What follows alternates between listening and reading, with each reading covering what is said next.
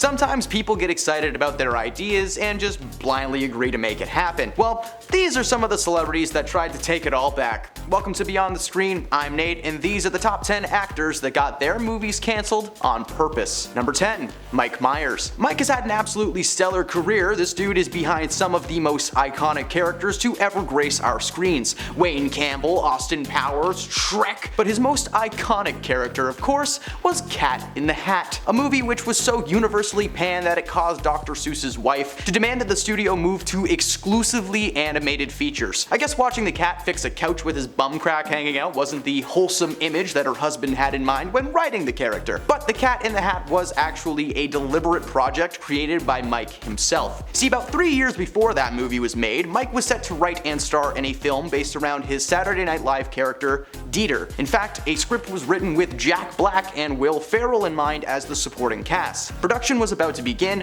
when suddenly Mike pulled out of the project, saying that he was not happy with the script that he helped write with his Austin Powers partner Michael McCullers. By pulling out of the project, he was violating his contract, and Universal Studios slapped him with 2 lawsuits. Now, nobody knows the specifics of why this happened, but there was a secret meeting between Mike and the studio, and they worked out a deal that instead of giving Mike another SNL sketch-based movie, they would allow him to adapt a property that was sitting on their back burner for a few years after acquiring the rights to some Dr. Seuss properties. That movie was Cat in the Hat, a movie that for some reason Mike was thrilled to do. He liked the script for that movie more than the one that he wrote himself. Apologies if talking about Cat in the Hat has given anyone unwanted flashbacks. Number 9. Bruce Willis. Bruce Willis has starred as the leading man on so many projects that they could occupy their own list. But there was one project that Bruce was supposed to lead that fell flat into the gutter. In 1997, Bruce had signed off on a deal with Disney to star in and produce a film called Broadway Brawler. The film was centered around Bruce playing a retired hockey player who comes to terms with his reality and starts a romance. It's cute. The goal was to make a Jerry Maguire-esque movie, but they just ended up with a waste of time and money. As I said, Bruce produced and starred in this movie, meaning that he held a lot of power compared to his fellow performers and crew. Bruce had apparently been frustrated with some of the crew members on the film, and 5 weeks into filming, he abruptly stopped the project one day to fire everybody, specifically 4 people, which was the director, the co-director, the cinematographer, and a wardrobe designer, all of whom were veterans in the business. Many people who have worked on the project blame Bruce for his part on the shoot, apparently misusing his power and ultimately getting the entire thing cancelled. But there may have been some logic to his diva behavior. Following the cancellation, Disney still had a signed contract for at least 3 films with his name on it. Given the situation, they could have sued him for ruining the shoot, but instead they made him film those movies. While he was reluctant to do so, the movies that he was forced to do were Armageddon, The Sixth Sense, and Unbreakable, which are among the best performances of his career, with The Sixth Sense being the part of the reason that he is so famous. Can one movie, and 2 more shall take its place. Number 8. Channing Tatum. Channing is another celebrity on this list who tends to be casted as the leading man. Movies like Magic Mike, 21 Jump Street, and so many more have allowed him to showcase both his comedic and his action chops. In 2009, Channing starred as Duke, the leader of the G.I. Joes, in a live-action film adaptation of the popular cartoon series of the same name. The first film was fun, but it certainly wasn't a masterpiece in cinema. In fact, the project would have been 10 times better had the studio let Channing and the crew have more creative freedom. Instead, the movie was being made to be a by-the-numbers origin movie, setting up a whole slew of projects. Well, only 2 movies ever spawned from that one, but not with Channing involved. In the early stages of writing G.I. Joe 2, Channing had been tapped to star in the aforementioned 21 Jump Street as the lead alongside Jonah Hill. Wanting to focus his time on the shoot, he initially tried to have the entire G.I. Joe 2 project cancelled, fearing that he may get stuck in a franchise that he just didn't want to be a part of. But instead, the studio decided to end his character and just replace him with someone who was more willing to stay with them for as long as they needed, so of course they called Dwayne Johnson. Channing made a brief appearance in the second movie, but he was taken out only 10 minutes into the runtime, and that ended up being a great decision as the franchise tanked and 21 Jump Street made him millions. Number 7. Seth MacFarlane. Okay, nerds! Let's go! Revenge of the Nerds was supposed to be a comedy when it first released, but it's aged very poorly and is now considered to be one of the creepiest movies to ever come out of the 1980s. If you've seen it, you know. If you haven't, keep it that way. The premise of this movie was solid. The fraternity Lambda Lambda Lambda, a group of college nerds, band together to defeat the evil Alpha Beta's fraternity and claim their place on the Greek Council. It's a nice, normal, fun college movie that was filled with scenes and subject matter that I can't talk about or show because, it's a rough one. It's a rough one. However, a reboot of the franchise was set to begin production a few years ago with Family Guy creator Seth MacFarlane as the producer and director. Initially, Seth was really excited to make this thing happen, but the studio was not as excited as he was. They were receiving numerous complaints about the content of the original movie over fears that the material may not be different enough to wipe the past clean. Remember, the internet is forever, and the original Revenge of the Nerds is a franchise. That's right, there are 4 of those movies, and I do have to say, why? Why 4? Who did that? So if anyone is about to reboot the movie, every scene that we can't show will be plastered on the internet with the hashtags #CancelTheNerds. So Seth MacFarlane decided to tank the project before anyone was officially hired, as to avoid any negativity. Now, while it has been cancelled for now, according to Seth, he is working on a more PG-13 version of the script and intends to completely reinvent the franchise.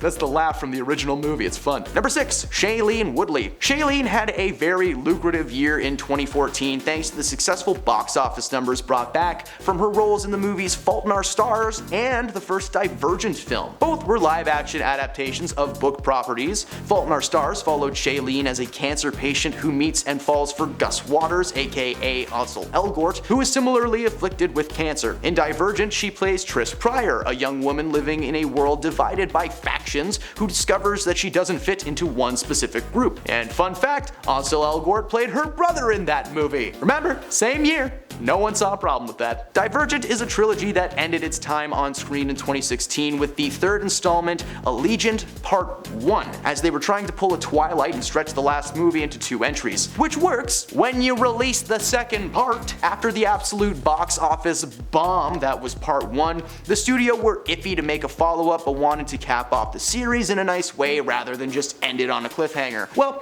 Shailene said no to that. Her disappointment with the franchise had grown so large that she was constantly frustrated with the directors on set. And when the concept for Part 2 rolled around, she made sure that she always had something else going on that would prevent her from making the film. In fact, she just released a dramedy called Robots with Jack Whitehall that looks pretty funny. It's probably a good thing that movie never got made, because by the end of 2017, the whole young adult novel thing kinda fizzled out. But with that new Hunger Games show coming out, who knows? Maybe we'll get some new ones. I hope not, I really don't. Number 5, Scarlett Johansson. Scarlett Johansson is no stranger to being the leading lady. Over the years, she's stolen the screen in movies like Lucy and Under the Skin, but unfortunately that leading lady status has landed her in trouble a few times. The first grievance people in Hollywood tend to have is her role as the lead in the film Ghost in the Shell, released in 2017. This was a live-action adaptation of an anime of the same name, because that always goes really well. Avatar: The Last Airbender. Now, Scarlett is a pretty solid actor, but she was not the person that this role was written for. Many fans of the original property were very upset that the role did not go to an actor of Japanese descent, and there are plenty of people to choose from that would have done an incredible job. Imagine if Karen Fukuhara from The Boys played this character. She would have slain it. The film received terrible reviews upon release and made Scarlett rethink another role that she had been casted to play, who was a trans character in a film called Rub and Tug. When news broke about this, it was right when the backlash for Ghost in the Shell was dying down, but Scarlett doubled down and took another role that didn't belong to her, and that time, she took action. She spoke with the creative team and tried to come up with a game plan to give herself a different role in the project and bring on a real trans actor. But the studio basically said, no, you're famous, so we use you. So Scarlett did the only thing that she could legally do, quit the project and force them to cancel the entire thing, which is exactly what happened. Thankfully, Scarlett learned from that mistake, and she has since starred in several projects that are more suited to herself. Number 4, Emily Blunt. This is an entry where an actor really tried to get their movie canceled, but they were forced to go through with it anyway. But they really should have just listened to her in this case. In 2010, Emily was on Marvel Studios' short list of actors who they wanted to portray the character Black Widow. In fact, she was at the top of that list, but she was unfortunately contractually obligated to make the movie Gulliver's Travels starring Jack Black and Jason Segel. The film was based on a novel of the same name and followed the titular Gulliver washing up on the shores of Lilliput, a small island filled with small people, like really small. Emily Blunt played the Princess Mary, and when she heard that she was supposed to play Black Widow, she leaped at the opportunity. She tried everything that she could to get herself out of the deal that she made with the studio, but there was no loophole or solution of any kind that would have ended with her not being sued. So she ventured on, and Scarlett Johansson did a great job in the role, but we can't help but imagine what would have been. Number 3, Eva Green. Eva Green has been involved in a lengthy court case thanks to a project that never got off the ground. The film was called A Patriot, and Eva was set to star as the leading lady, until the film was cancelled due to never being able to properly get studio funding. Now at the time, Eva was under a pay or play contract, meaning that whether the film got off the ground or not, that she was going to get paid for her time. A payment that was supposed to be $1 million. Yep, they were like, yeah, let's give her $1 million before anyone even gave them $1 million to make the movie. Eva opened a court case against the studio claiming that they hadn't paid her yet, but the studio launched a counterclaim that she had conspired against the project to tank it on purpose. They claimed that she misused her contract and undermined the project, causing it to collapse in order to buy out the script and make the film herself. As part of the discovery process, several of her personal messages from the app WhatsApp were revealed to the court, proving that she had in fact said terrible things about the production, the script, the people, and everything and anyone that she was working with. She called people things that I can't say online, so just imagine something terrible someone has said to you. There you go. This not only proved that she was actively bogging down the project, but since that revelation, she hasn't received much work in Hollywood. Number 2, Tim Burton. Now, I have included Tim Burton on this list despite him not being a true actor, because the movie that was about to be made would have been neat. Not good, but neat. For those who may not know, Tim Burton is a big reason that superhero movies even exist after he directed the first 2 Batman movies, starring Michael Keaton in 1989 and 1992. Those movies were my childhood and are part of the reason that I'm freaked out by Danny DeVito no matter what he does. Thanks to the success of those films, Tim was given the green light by DC to write and direct another of their most famous properties. Superman. That's right, in 1995 we were supposed to be blessed with a Tim Burton-led Superman movie starring none other than Nicolas Cage as Superman. In fact, they were so far into the process that there is footage of Nick testing multiple versions of the suit, and everything seemed to be going well until Tim Burton got word from the studio that his movie would have to adhere to some guidelines set in place by the studio. Guidelines that were basically taking every ounce of creative freedom he had away, so Tim decided to do what any good director would do. He tanked his next movie.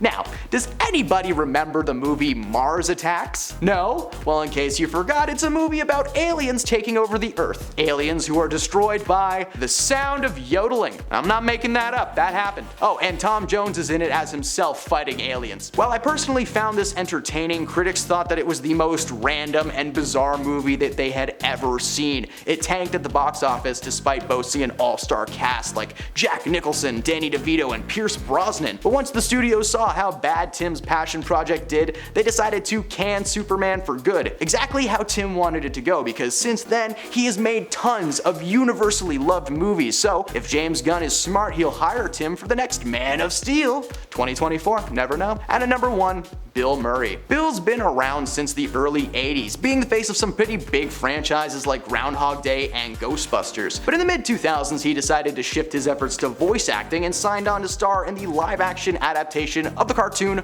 Garfield. But apparently he signed on to the project with the belief that he was working with Joel Coen, spelled C-O-E-N, of the Coen brothers, who made movies like Fargo and Burn After Reading, but it turns out that he instead signed to work on with Joel Coen, C-O-H-E-N, who wrote family comedies like Cheaper by the Dozen and Daddy Day Camp. Not the Oscar-nominated features that he was certain he was involved with, but honestly that's his fault though. Why would the director of Fargo make a movie about a cartoon cat that hates Mondays? There ended up being 2 Garfield movies movies, with the second one being straight to DVD. Why was there never a third, you may ask? Well, it's pretty simple. Bill Murray just didn't want to do it. The studio was prepared to release a third movie with a much lower budget, but Bill had been so fed up with the first two that he had already done that he decided just to drop the project and force them to shelve the script forever. Good job, Bill. Thank you. Thank you for doing that. And those are the celebrities who had their projects canceled on purpose. Did we miss any good entries? Let us know in the comments below. If you made it to the end of this video, thank you. It means a lot to us here at the channel. Lightly tap that like button to show your support. Thanks for stopping beyond the screen today, and we'll see you next time.